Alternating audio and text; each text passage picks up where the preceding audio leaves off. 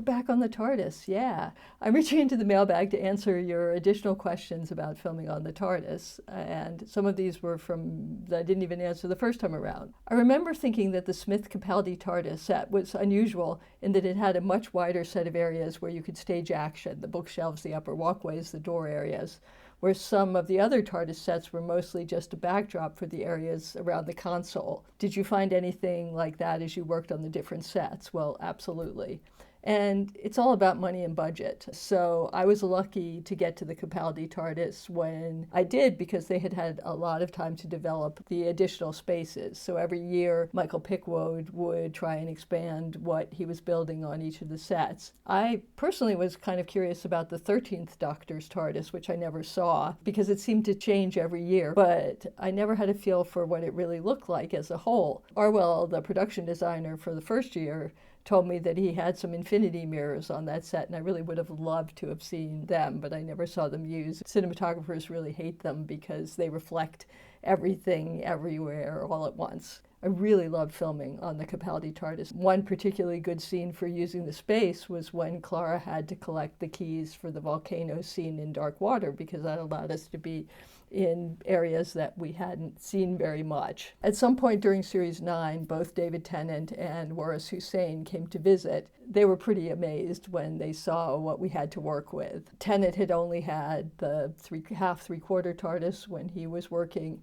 so there was no ability to do the 360s, and you all know what Waris had to work with. Filming on the early TARDISes was challenging because there were so few scenes in there that they were very limited in their size. There were many issues. I talked about how low the ceiling was in the one that we used in Hellbent, and they're very white, and so there isn't really much to work with. In Twice Upon a Time, equally, it was a pretty open space. So we had very nice props in there.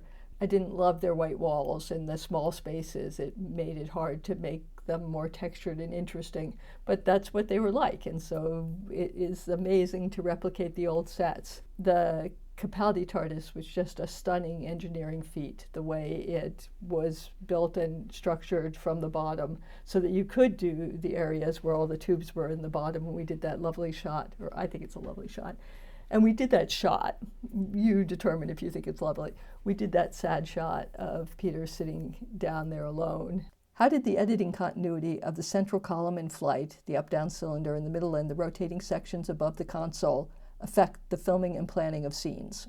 That's an interesting question, but weirdly, I never found it to be a continuity issue. There was always something else to cut away to. You don't tend to have it in absolutely every frame, so you just aren't fighting it. When the Doctor realizes what is going on, and he is walking all around the TARDIS talking to Clara, this is heaven sent, clearly. Who decided he should do this? In the shooting script, he stays by the console. Was it filmed just around the console too? I know Peter likes to move around the set a lot, so was wondering if it was his idea. And how much input in general did Peter have with where he would stand, walk, etc.? Did his input change scenes a lot compared to what was planned?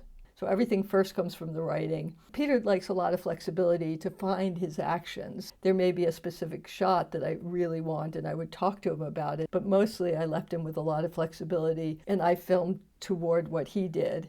And even though Stephen wrote things around the console, he was not prescriptive. When you're working in a set as beautiful as the TARDIS interior, how do you decide on where to shoot when you've got a set that you can shoot from any place and any angle, and the shot will always look stunning? Really depends on the script and the scenes and the specific actions. And in Heaven Sent, I might suggest that we use the downstairs, but Peter might find that he really wanted to be standing or sitting. I always have a plan, and then I'm able to change and modify it depending on what the actors are comfortable with. That's the first priority, letting the actor really find the scene. Can you tell us about the afternoon you and Stuart Biddlecombe spent playing around with the lighting in the TARDIS? Had you already visualized how it would be lit for each shot? Did you use the lights that were already there, or were some replaced with a different color, or were they already set up to be able to change color? Hacho, who was the gaffer on almost every episode of New Who, at least up through Series 10, had everything pre-lit. The TARDIS was on specific dimmer boards, and with LED lights you can change the colors easily. At the time we were shooting, many of the lights were tied together. It wasn't like the 60th anniversary where all 800 roundels were separately lit and controlled by an iPad. It's incredible what a difference LEDs have made to change lighting on sets. And I remember first really being aware of that when I was shooting on Riverdale and recognizing that we rarely had these really heavy instruments. Now the lights didn't weigh very much, or you could just have a little strip and you could do incredible things with it. And how much faster it was. We didn't have to worry about load-bearing walls. Just a wide variety of things that could be done with the new LED lamps. You could change the pulse rate, you could blink them, you could make them look like police bubbles, so you didn't have to bring in these extra complicated lights to make it look like a moving car was next to you. You could swing them around really easily. So I just learned so much from Ron that one evening.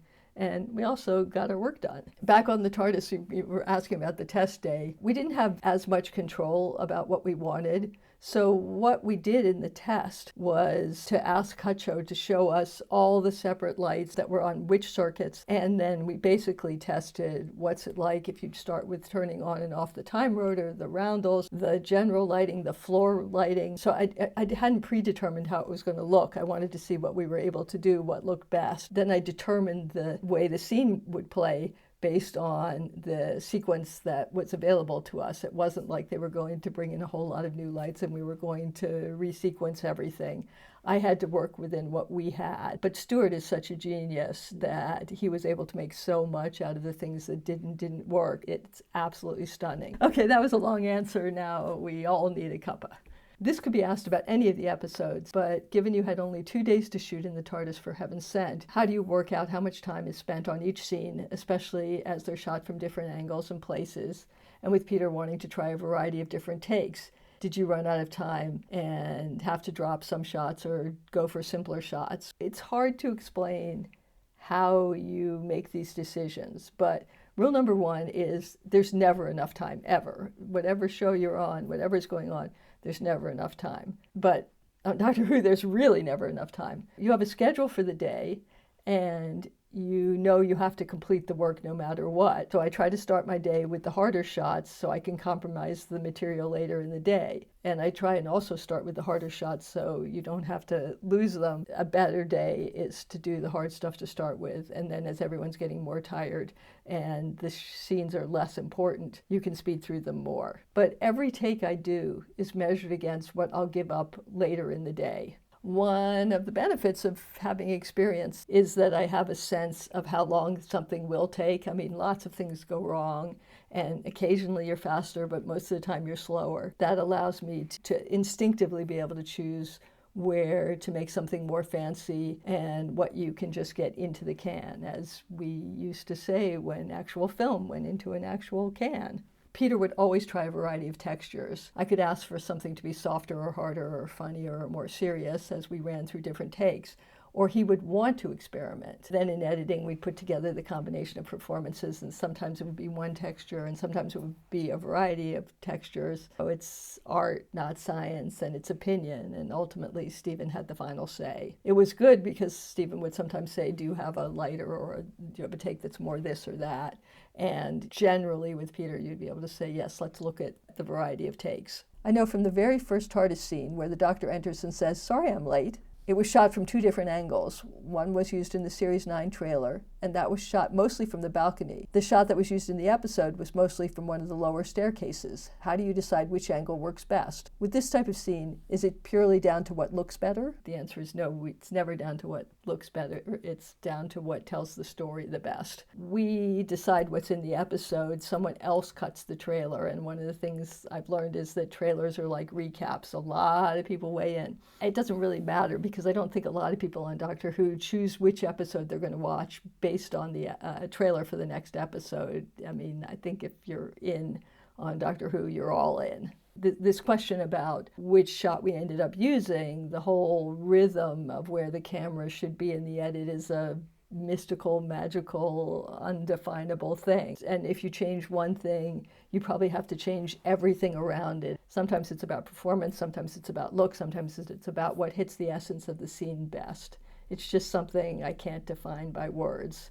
Were there any TARDIS shots or scenes from Series 8 through 10 that you loved but weren't used in the end?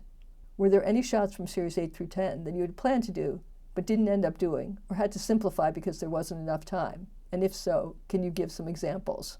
Yes, I mean, there's the pie in the sky version of every single scene, and then there's what you can get done. So that's in the planning, yes, there's a zillion things in my head that we couldn't do. But in terms of what was cut out, there actually wasn't a huge amount of stuff that I regretted that was cut out. There's an odd thing in Series 8 where Peter's flying through the air in Death in Heaven, where he's about to rescue himself by getting out the TARDIS key and landing at the TARDIS. And we did this cool rack focus from him to the TARDIS key through the clouds, and somehow it got cut. It was an odd choice, and I don't really know how it ended up becoming a shot about clouds, not a key. But it's hardly tragic. There were jokes that were cut out of Twice Upon a Time just because it was all too long. And they were fun, but I couldn't quote any of them for you, except we replicated a moment from the original episode where the companion is making tea or coffee. It wasn't in the script, but I was trying to replicate as much of the original as I had time for.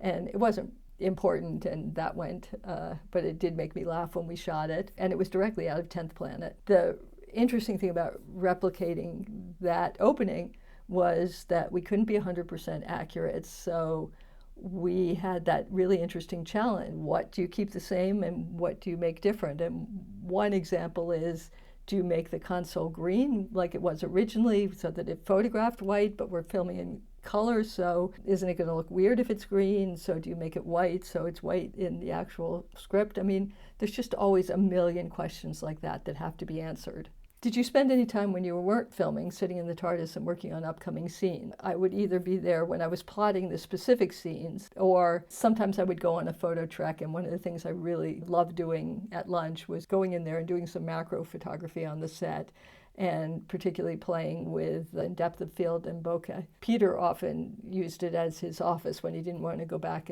to his trailer, and sometimes he'd play the guitar in there, just saying. Do you have a favorite shot of the TARDIS from Heaven Sent? I love the shot when Peter comes into the dusty TARDIS in Hellbent. The second time you see all the lights come on with the backlight. I just think that's a moment of Stewart's genius. I want to talk about a non-TARDIS sequence in Heaven Sent as well. All 3 shots of the soup scene, because I really envisioned this Citizen Kane moment with that humongous banquet table and the lighting. And we went into that room and Michael Pickwood said, I have this enormous table that we can use. It was the last thing we shot of the day. I was in a complete panic that we wouldn't get to it and that it would fall off the shot list.